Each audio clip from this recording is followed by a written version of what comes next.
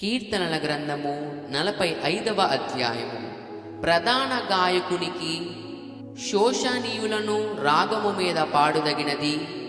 కోరహు కుమారులు రచించిన దైవ ధ్యానము, ప్రేమను గూర్చిన గీతము. ఒక దివ్యమైన సంగతితో నా హృదయము బహుగా ఉప్పొంగుచున్నది. నేను రాజును గూర్చి రచించిన దానిని పలికెదను.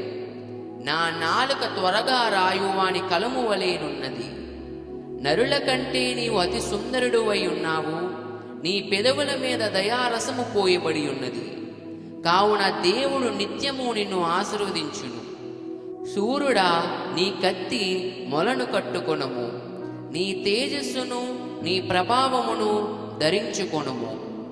సత్యమును వినయముతో కూడిన నీతిని స్థాపించుటకు నీ ప్రభావమును ధరించుకుని వాహనమెక్కి బయలుదేరుము.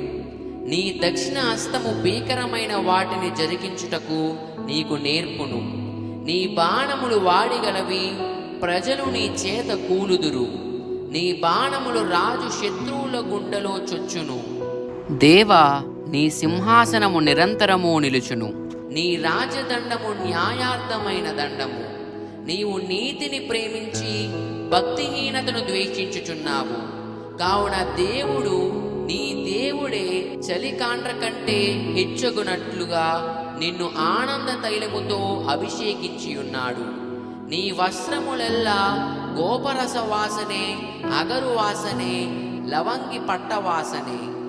దంతముతో కట్టిన నగరులలో తంతి వాయిద్యములు నిన్ను సంతోషపెట్టుచున్నవి.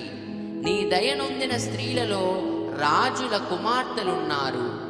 రాణి ఓఫీరు అపరంజితో అలంకరించుకొని నీ కుడిప్రాసమున నిలుచుచున్నది.